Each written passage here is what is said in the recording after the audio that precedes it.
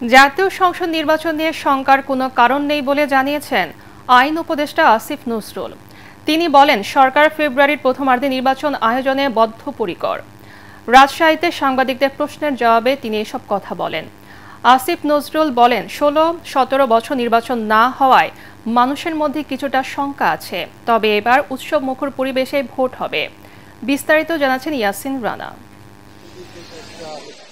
রাজশাহীতে chief judicial magistrate আদালত ভবনের লিগ্যাল এইড অফিসে বিচারকদের সাথে মতবিনিময় করেন আইন উপদেষ্টা ডক্টর আসিফ নজরুল।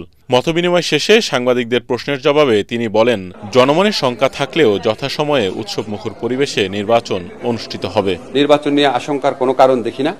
আমি মনে করি রাজনৈতিক দলগুলো একে অপরের উপর চাপ সৃষ্টি করার জন্য বা আমাদের উপর চাপ সৃষ্টি করার জন্য কিছু কিছু কথা বলেন, আবার কিছু কিছু কথা হয়তো জেনুইনলি বলেন।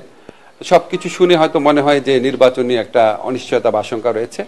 আমি আপনাদেরকে দৃঢ় কণ্ঠে বলতে চাই, আমরা সরকারের পক্ষ থেকে ফেব্রুয়ারির প্রথমার্ধে জাতীয় সংসদ নির্বাচন আয়োজন করার ব্যাপারে বদ্ধপরিকর। গ্রেফতার হওয়া আওয়ামী লীগ ও নিষিদ্ধ ছাত্রলীগের বিপুল সংখ্যক নেতাকর্মীদের জামিনের বিষয়েও কথা বলেন আইন উপদেষ্টা।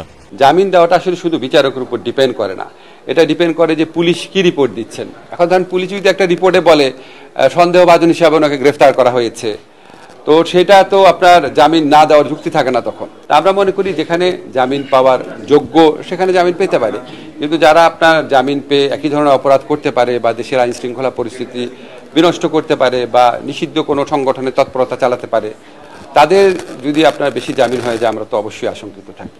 লিগ্যাল এইডের সংস্কার এবং মামলার জট কমাতে বিচারকদের সংখ্যা বাড়ানো হয়েছে বলেও জানান আইন উপদেষ্টা আসিফ নজরুল। আইনগত সহায়তা নেওয়া বাধ্যতামূলক করেছি অনেক ক্ষেত্রে।